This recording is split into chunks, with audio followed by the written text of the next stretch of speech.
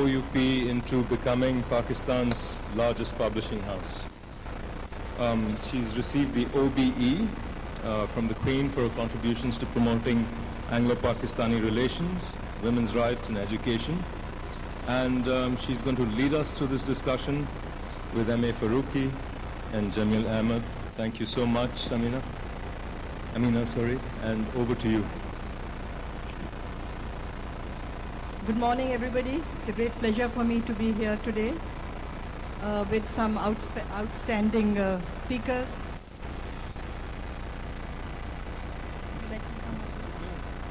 Don't mind me.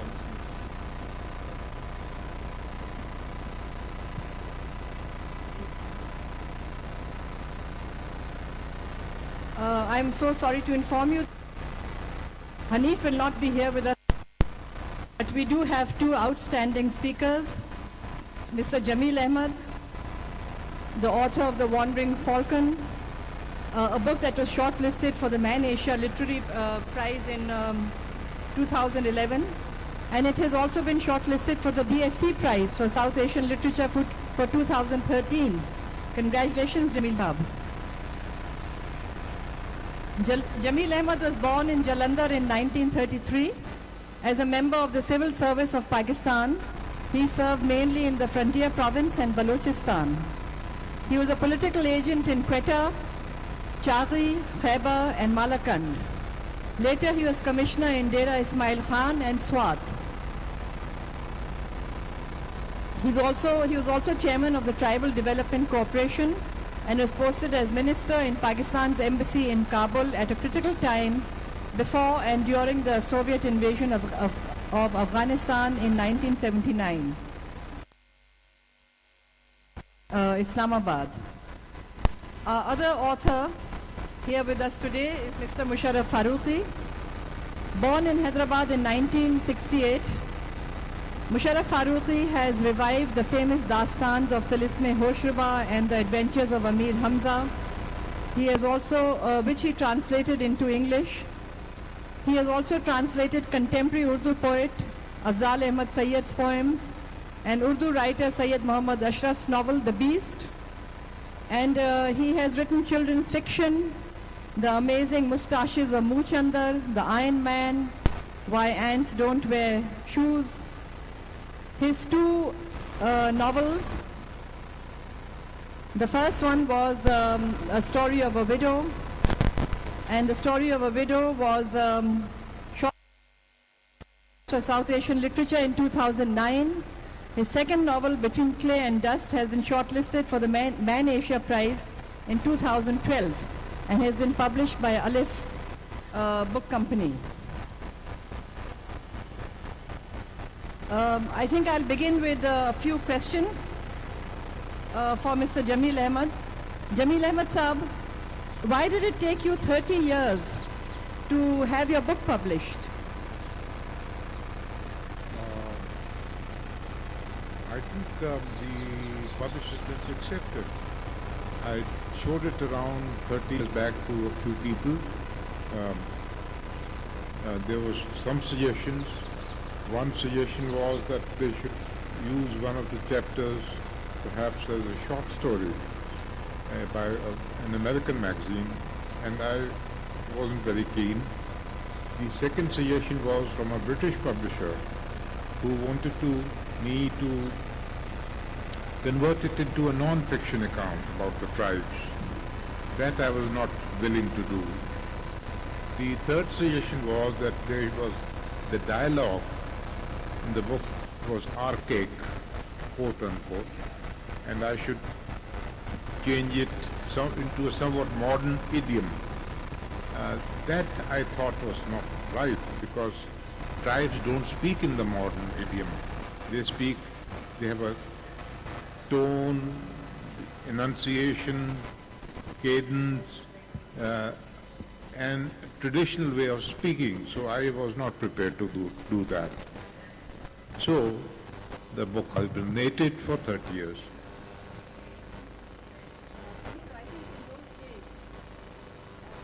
Was probably not, I think their aims and objectives were probably different. Because I'm sure, as you said, I mean, today it would have been a different story. But what interested you or what propelled you on, to write this novel? I think looking back, I was always interested in the tribes. Even as a school child, I had no idea about the frontier tribes, but I mean, I was interested in the tribes of India, Sansis, Ods. I was interested in the tribes of America, traditionally the Red Indians. I was interested in the tribes of the Fulanis and Hazaras, Mashonas, Matabilis. Then I was posted for a short time to what was then East Pakistan. I again became interested in the Santals, and it continued. But when I was given a choice for my posting, I opted for the what was then called the frontier list, service on the frontier. And I was lucky. I got that posting, and I think that's one thing which was great in my life. I got the thing of my choice, and I loved that area. And then, of course, a lot of things happened. Then I had some free time. I started writing, and my wife suggested I should write about the tribes, and I did. And that's how it is. Thank you. Ladies and gentlemen, as you know, the topic of this session is how tradition and honor, conspiracy and conflict are treat life and death. So, Mr. Jamil Ahmad, I'd like to ask you about the concept of honor, which is so central to tribal customs and the value systems. So please can you enlarge on this and also comment on the manner in which the concept is used as a tool to exploit, I think, the weaker sections of society, to exploit and oppress the weaker sections, particularly women and social people regarded as social inferiors. I think you have preempted, in a way, the judgment. I don't think it's a matter of exploitation. I don't think it's used as a tool of deliberate tool of exploitation of women. I think please look at it differently, Ameena. I think honor is kind of lies within each person, man, woman and child. He is born with it, but the concept, what constitutes honor, differs from person to person. I was asked this question, if I may digress a bit, by somebody only 3 months back from a magazine in Rome, what is honor? And I was stumped. We use this word and we find it difficult to define it. So I looked up the dictionary, and there was, respect, there was morality, there was, rectitude. That didn't, convey the meaning. What is honor? And I think I looked at some essays in the internet. It still didn't provide me the answer. So I thought a bit, and the closest I came to was, I think, a couple of lines from a play. Probably it was A Man for All Seasons, which stated that every person has a small island within himself, on which he will not permit any trespass. Now that island, that small island, is the one which matters. He can risk his life, he can risk his property, he can risk his lives of his dear ones, he can risk everything to protect that small island. Now that's where I think you look back. I mean, the other sort of aspect is that in the old days, traditionally, you see man's word, women also, there were no documents, there were no court record, there were no rules and regulations and systems. So the man's word was very, very important. His commitment. I mean, it's mentioned in the scriptures, it's mentioned in the religious texts. Oath was very important. Now, that's where I think the genesis of honor probably lies, that two things combine. That, a man's oath, person's oath, his sense of right and wrong, the core of that sense is what is honor. It's not a tool of exploitation, Ameena. I don't agree with you. Well, I think clearly you have a great understanding of the tribal way of life and their customs and systems. You have written this way of life constituted defiance to certain concepts which the world was beginning to associate with civilization itself. Concepts such as statehood, citizenship, undivided loyalty to one state, settled life as opposed to nomadic life. So are you suggesting that these traditional concepts are incompatible with the modern life and with citizenship of a modern state? I think it goes back much further. You see, tribal gene is embedded in each one of us, even today. And tribe is the core, is the basic building block. I feel, I'm not a trained anthropologist, but I feel that the tribe is the basic building block of human civilization. It probably came about even before the humans started pairing.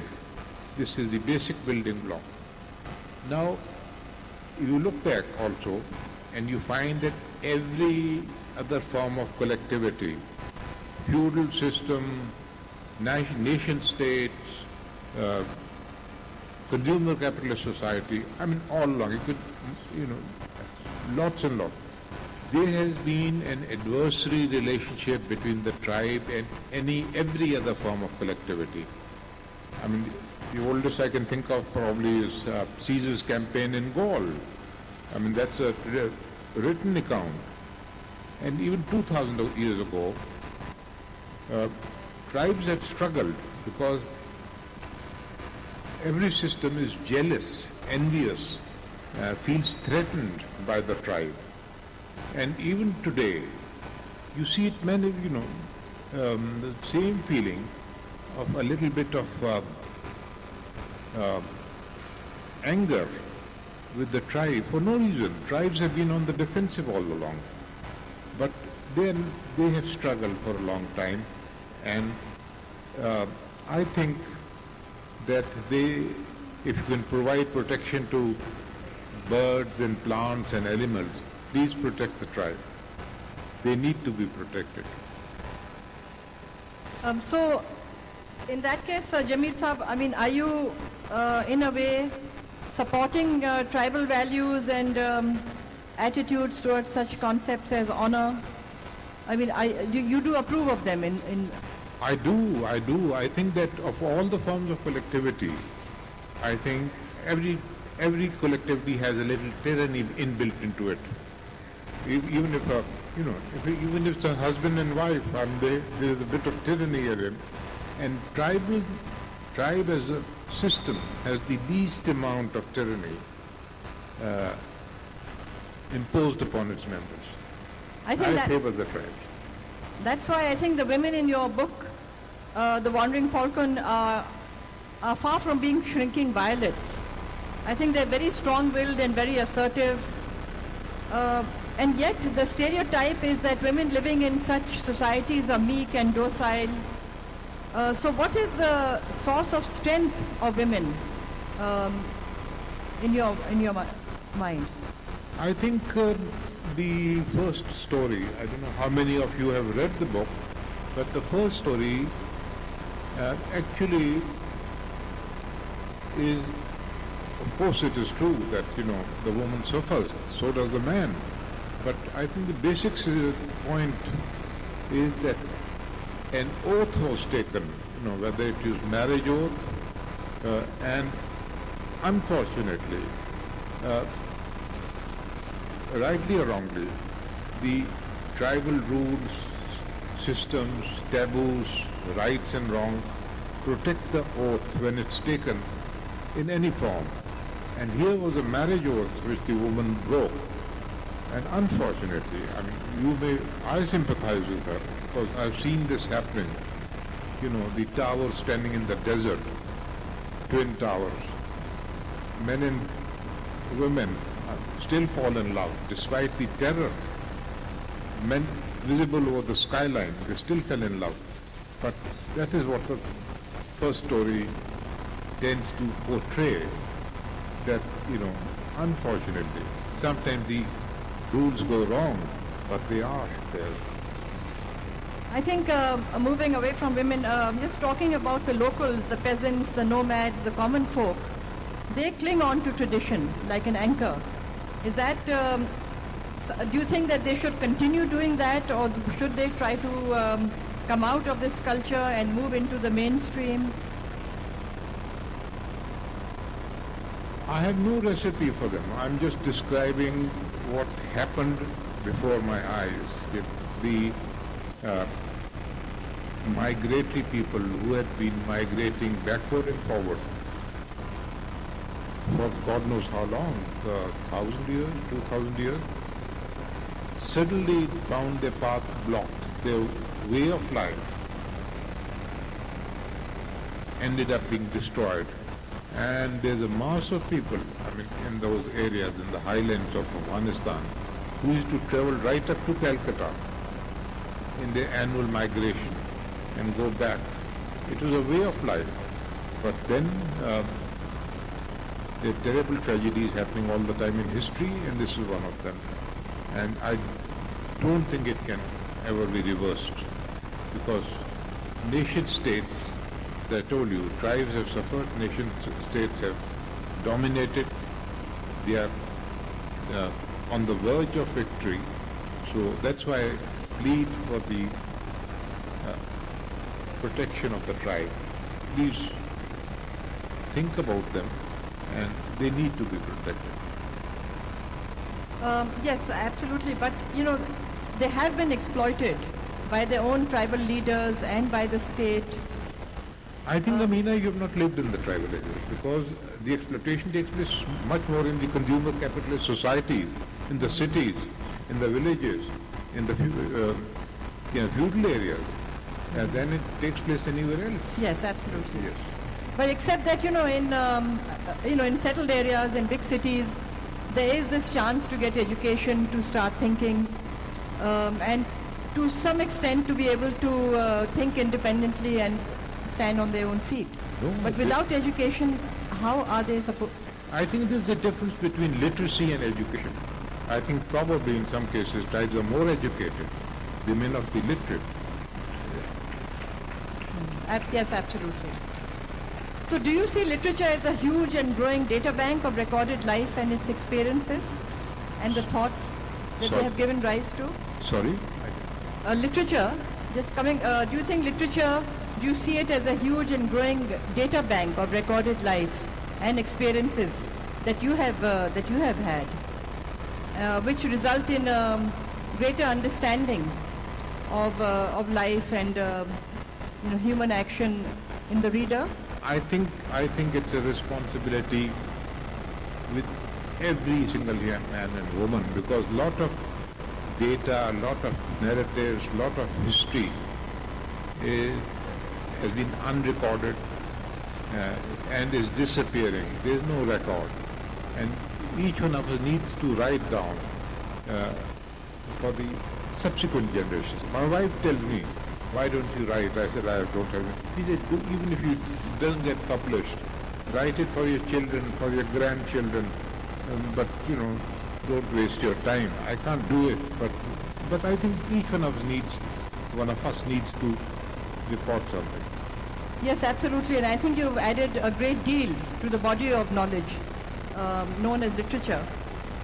Now, the traditions and the code of honor that you observed in the society, were you sort of doing research for writing a book, or was the book the outcome of your interest in them and the Baloch tribal society to which they belonged?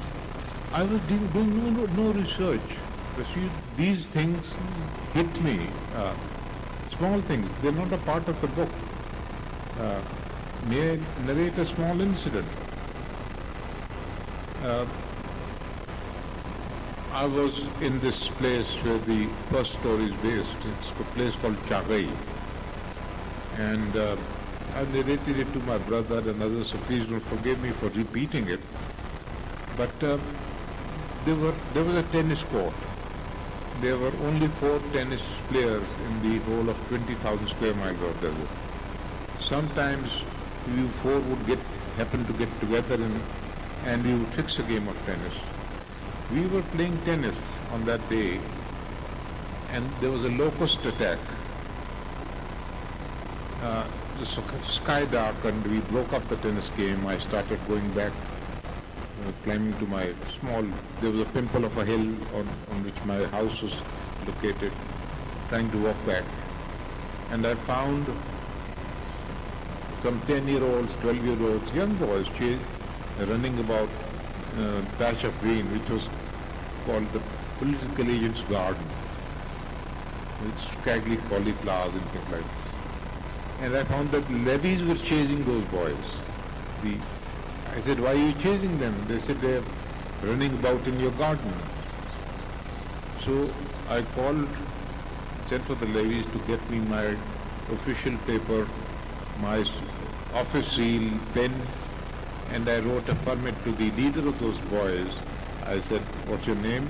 I said, so-and-so is entitled to catch locusts in the political agent's garden in perpetuity. So, 20 years or more later, I was chief secretary in Balochistan, and a man walks up in his 20s and, into my office. He was conducted into the office. What's it? He said, I'm sure you don't recognize me. I said, no, I don't. He pulled out a piece of paper from his pocket. He said, you gave me this permit when I was 10 years old, and I didn't thank you. I have come to thank you for this permit. No, that was tribal area. Surely you can't forget this kind of thing. And that is also perhaps, the sense of honor of the tribe. Think about it. Jamil Sahib, you have written with a great deal of understanding and affection of the tribal society of Balochistan. Would you have any regrets if it changes and adopts modern values or moves into the mainstream? No, it's being destroyed. It started, it was on the way to destruction when very massive forces, the tensions between East and West, the Afghan war, the clash between communism and the Western interest, and the tribes became a pawn in that struggle. And I think that was the road to disaster. And the follow-up of today's tribes in that area I'm talking about, perhaps in Africa also, perhaps in Central America, are in great danger of destruction. I think you've made a great contribution by writing about a culture about which very little is known, and actually even less is recorded. So do you think that truth and integrity and faithfulness to one's oath, are they more a part of the tribal culture than modern society in the subcontinent? No, it's not sort of a very clear picture about, that the tribal society is always right and the non-tribal society is always the villain. No. I think that basically it depends from individual to individual. I all believe in individuals, but even in tribal society, you see, there is treachery, there is betrayal, there is, things happen. But the tribal society has, in a way, it doesn't cause major trauma. It handles those things well enough, and it doesn't get handled as well in the other forms of society. Do our systems, are they more effective than the tribal systems? as not today's tribal systems, because today tribal systems are under great pressure, but 50 years back, they were handling this well enough. Thank you, Jamil Sahab. I think that really your understanding, your insights, and your affection of the customs and tradition of this tribal culture, I think you've done a wonderful job as a writer to record those for future generations and add to the body of literature. And you have preserved and protected these from slipping away into obscurity. I hope, just the last question, that I hope this is not your first and last book and that you are working on something else. I don't have the energy. Probably. I might sort of, if I get out of this, I had a fall and I damaged my muscles. But let me, get over this and then we'll see. Well, I think we'll all look forward to another book from you, Jamil Sahab, and I hope you recover quickly from your knee injury. Thank you. I'll just move on to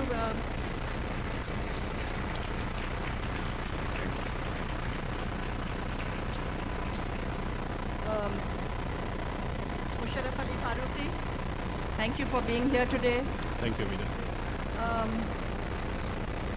As I said, Musharraf's first book, The Story of a Widow, was shortlisted for the DSC Prize for South Asian Literature in 2009. And his second book, Between Clay and Dust, has been shortlisted for the Man Asia Literary Prize 2011. Between Clay and Dust is a novel set in an unnamed city in the north of the subcontinent and features two formerly skilled practitioners of ancient crafts who are now past their primes, the wrestler Ustad Ramzi and the courtesan Gohar Jahan. As is clear, the professions are also age-old and are evolving in ways that the two of them cannot cope with. The central theme of your book is thus tradition. So Musharraf, in your novel Between Clay and Dust, your knowledge of the Pahalwan culture and traditions is very impressive. But your antecedents don't include links with the Pahalwan society. So where did you get your insights from? Can empirical research alone provide the dimensions that turn information to literary subject matter? Actually, there are antecedents. I used to wrestle with my younger brother, and so that got me into it. But really, this getting into a very strict code of life like the Pahalwans have is not easy, and I would have been completely at a loss had I not found a book called the Dastan-e-Shahz Zoran-e-Barr-e-Saghir, which means the history of the wrestlers of the subcontinent. And I found that book just by chance, because I do my research on the Dastan, that's the genre that I translate from. And I was looking for books on the Dastan, and somebody at the Toronto Row Arts Library had they just cataloged this book as Dastan because they saw the name Dastan and they thought, it's not history, but it's actually the Dastan genre. So they put it with the Dastan books, and that's how I discovered this book. But then that was my entry into the world of the Pahalwans. But before that, even before the novel started, I had in mind an idea to explore what the phenomenon that the Pahalwan, that we call Pahalwan is. And it was initially going to be just maybe a 2-page essay, a Borgesian essay, like he's written about Shakespeare, the essence of Shakespeare. So something like that. But as I read about that and, I began to think about these characters and I read about their histories, I began to see them moving in their actual physical space. And when you see somebody in a physical space, suddenly that world comes alive, and you from that space to human relationships and how they conduct themselves with each other is just natural, and that's how the story grew and became the novel that is called Between Clay and Dust. The fading Pahalwan culture, I think, like the tribal culture of Mr. Jamil Ahmad's book, seems to have had its own sense of, a very strong sense of honor. Do you think this is the hallmark of all past and dying cultures? Or do you think new cultures evolve with their own codes of honor? I call Pehlwani, or wrestling as we know it in the subcontinent, not merely a sport, but it is a way of life. Because sportsmen, they go off training sometimes. There are times when even boxers, who are some of the toughest athletes, they go off their training for periods of 1 month, 2 months, 3 months. But the Pehlwans, they never discontinue what they do. They still get up at 3 or 4 in the morning. They go through their exercises, and it's a way of life for them. And that still exists. For example, in Gujranwala and even in South India, it's not Pehlwani is not just limited to North India. Even in the South, there's a very strong tradition of Pehlwani and physical and martial arts. So this just it's as a culture, as it may have lost the prominence that it once enjoyed when the Rajas and Maharajas and the princely states were there, and they would patronize them. But now it's become more focused on surviving. So with the sense of survival comes a sense of compromise, and this novel deals with that that compromise and the conflicts that arise from that. Musharraf, the characters in your book, the aging wrestler and the past her prime courtesan of the wife, are both committed to the traditions of their occupations. Ustad Ramzi still perfumes and kneads the clay of the akhada, and Gohar Jahan still performs the morning riyaz. Are they not slaves to tradition? To what extent were they in fact exploited by traditional society? And are they becoming irrelevant anachronisms today? I will say this not so much for the Pehlwans, but for the Tawaifs, who used to be an institution. And they were not prostitutes in the sense we understand the Tawaif today, but they were closer to the concept of the geisha, the Japanese courtesan. And it was a culture into itself. And many of what you call polite society, members of the polite society would be in attendance at their quotas, and they were not there merely to enjoy the physical charms of the particular woman. They were there as members of an elite, and it was we have the French tradition of the salons and whatnot, and some of these Tawaifs were artists in more senses than one. I mean, they were great poets, some of them were amazing dancers, singers. So they were not treated as flesh, which we now consider them to be. They were treated as equals, and they acted as equals. There were people who would not be allowed entrance, if they stepped out of a certain code of the quota. And no matter, if they were Rajas or Maharajas, they would be denied entry. So, this kind of culture would not have occurred without, that being a respectable and a venerable institution in itself. But coming back to to answer your question, yes, once that prominence was lost by the quotas, and again, after the disintegration of the princely states and after they were given back, after they merged, and something, which Mr. Jamil Ahmad said, just like the tribes are under threat, with this force of, what we call modernity. The concept of nation state, it took away a lot of the licenses which were enjoyed by the princely states, maybe for, some very good purposes.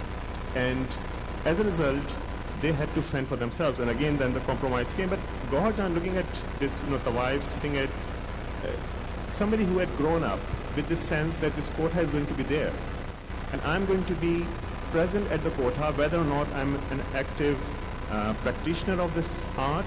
I will pass on my tradition to the next generation of Tawaifs, and the next, and the next. So when this world is eliminated and is no longer there, then there's this sudden sense of complete loss and confusion. I mean, how do you cope with the sense that your world has been completely taken away, all its coordinates have been lost, and you're just there staring at this light which is coming into your eyes, and you are unable to make any sense of the present reality. So in that sense, because as institutions, both Pahlwani and the Kotha were dependent on patronage of the princely states, they were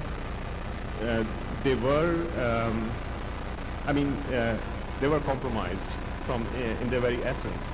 And when that thing happened, when the partition happened, they were left. They disintegrated in many senses.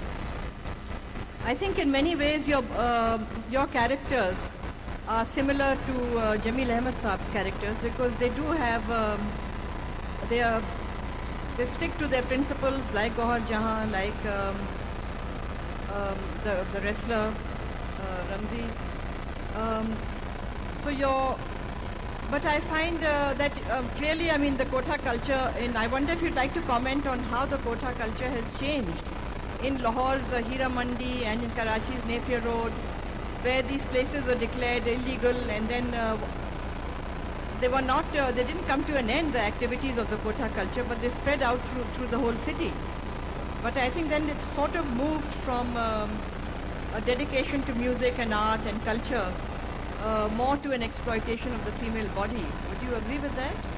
Well, I've not been there recently. I've been there, as a reader, the history of the Kotha. But I'll tell you what happened recently. I've moved away from Karachi. I actually ran away from Karachi to, write in peace in Lahore. So I'm based in Lahore, which is, the home of many Kothas. And a friend of mine, Rafi Alam, he took me on a round of the old city. And we passed by these lanes, small lanes, which had Kothas, on the upper stories. And all the shops at the lower level were selling fish and tikkas and all that. And we were not there. I mean, the main attraction for us was the tikkas and the fish, which we ate.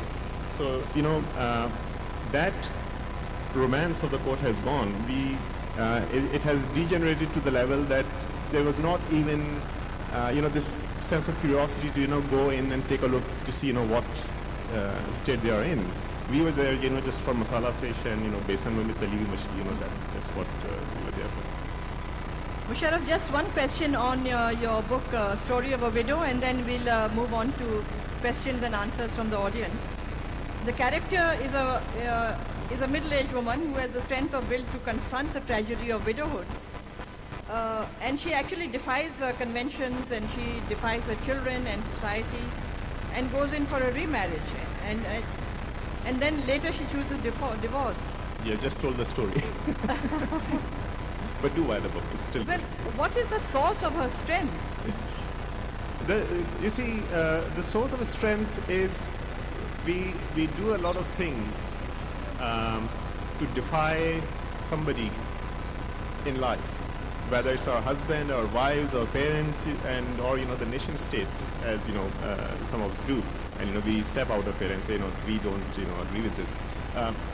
So her reaction to just the proposal from this unsuitable gentleman, the family's reaction to his proposal to her was such that she felt that she's going to sock it to them, as the expression goes. And that's why she took the steps that she did, and that actually took her to another stage in her life, which was a different kind of experience. But that's initially it was just to defy everyone. Oh, I'm sorry I gave away the ending of your book, but here it is. A wonderful book, a great read, so do buy it. Any questions? I think the lady in the back with the black sweater.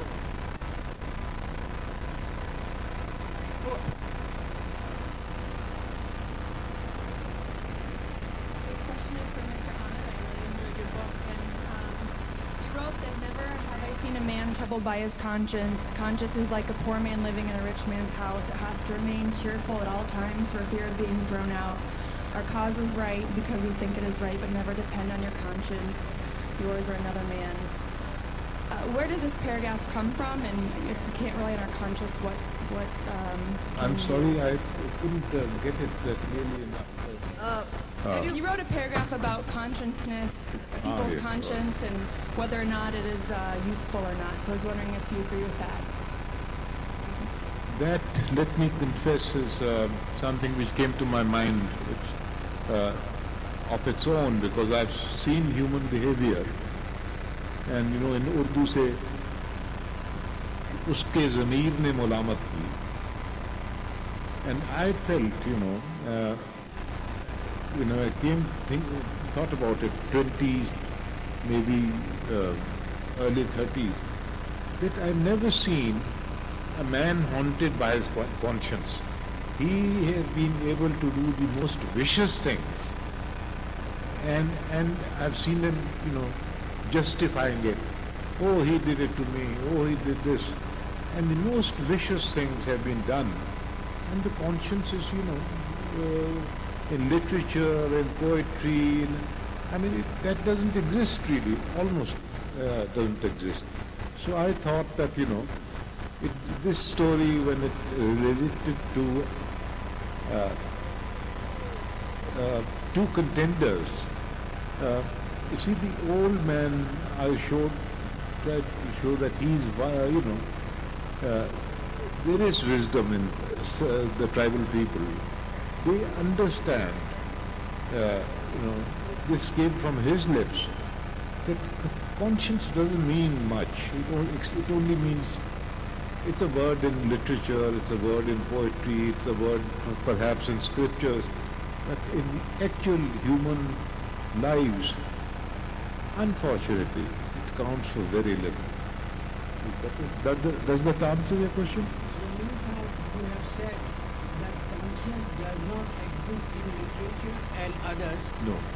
I think it is subject to different opinion, there can be. And in your earlier things, you have justified the tribal system and values as if they should not come into terms with modernity. What are the negative effects that you find with modernity? And the second question to another book, see the whole situation in the world where the flesh has gone into the background and the art has gone into the background from Kotha culture, I feel because of the cinema and availability and our moving toward the permissive system in a way, compare like Western world, that has made a different thing altogether, the whole story of Kotha culture. I'm Professor Yusuf Azmi. You will pardon my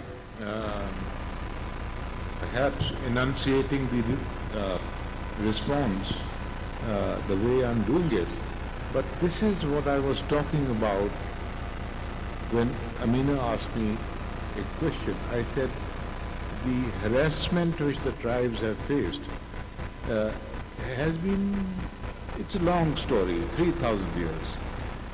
And today it's a kind of a verbal assault when without understanding, without, what is a tribe, what does it constitute, what are its limitations, what has it offered the world. We go on to make a case for social engineering of the tribes without even understanding the tribes. The tribe, and you, I'm sure that you, when you are asking this question, there is still a tribal gene embedded somewhere, and under the certain set of circumstances, I assure you that gene will emerge once again. But you are entitled to your views, but please don't enforce them on the people who don't want to live by your rules. I need to compliment Musharraf for an excellent book, Between Heat and Dust. Thanks so much for giving us such a beautiful etching of the two characters, Musharraf. I was really interested in knowing if you heard back from either of the communities on what they thought about what you've written. Thanks. I'd never seen an akhada, the clay pit or the wrestlers where the wrestlers live. And the book was launched in April, and in June it had its launch on 1st of June in Lahore. So I went to an akhada with a friend who was handling the publicity of the book. And I stepped into an akhada for the very first time. And I spoke to the Palwans. I said, I've written a book about Palwans. Oh, you've written a book? I said, yes. He said, where's the book? I said, give it to him. So he flipped through the page. He said, where are the pictures? And is my family mentioned in it?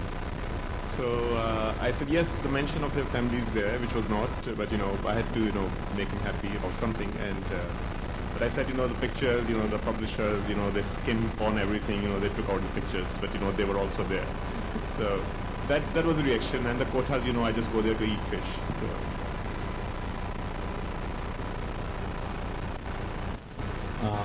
my question is to Musharraf. Thanks for clarification. Why did you go to the quota? While collecting materials for writing a book and while writing a book, Musharraf, Manto has written a lot about quota culture, and many of his characters are Tawaif and all. While writing the book, how much influence does Manto have on you, if at all any?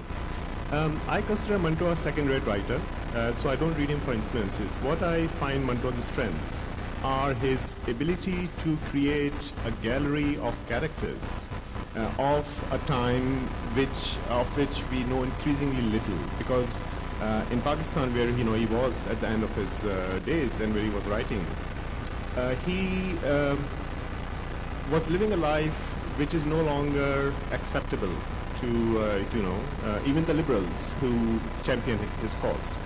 And so Manto had, I look at Manto differently.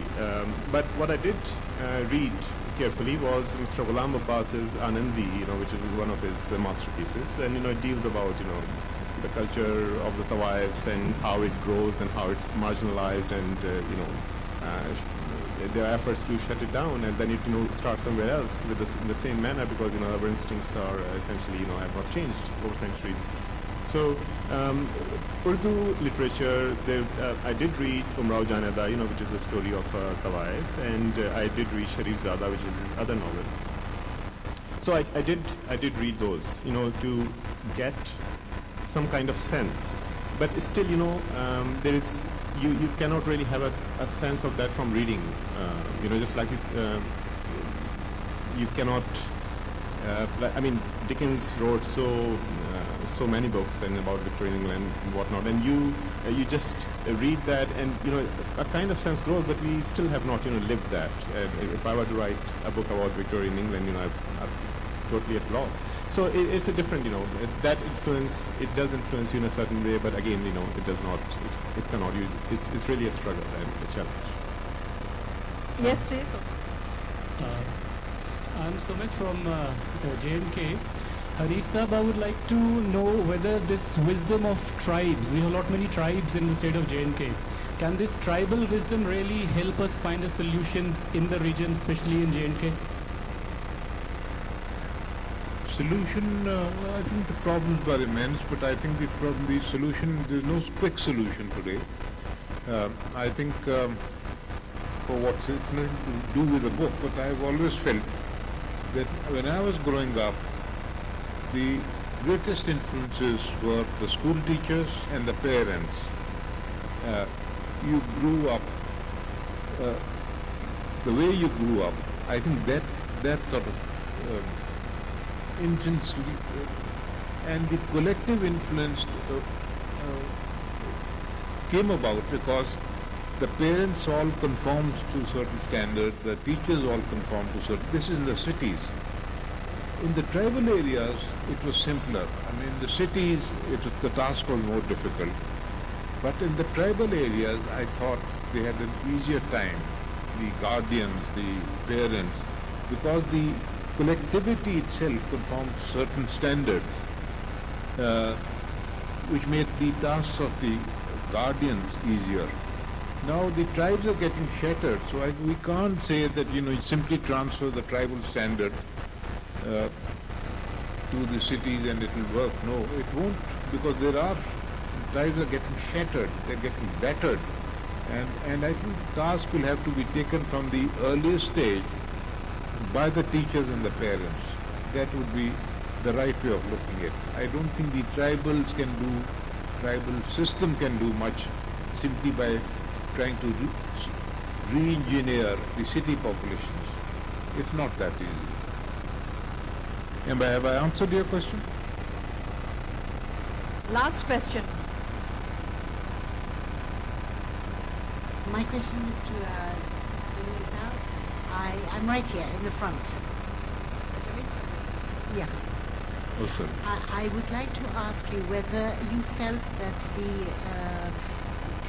share a little bit with us the approach to language that you experience with the tribals. How is their approach to language and how did you see that change over the years?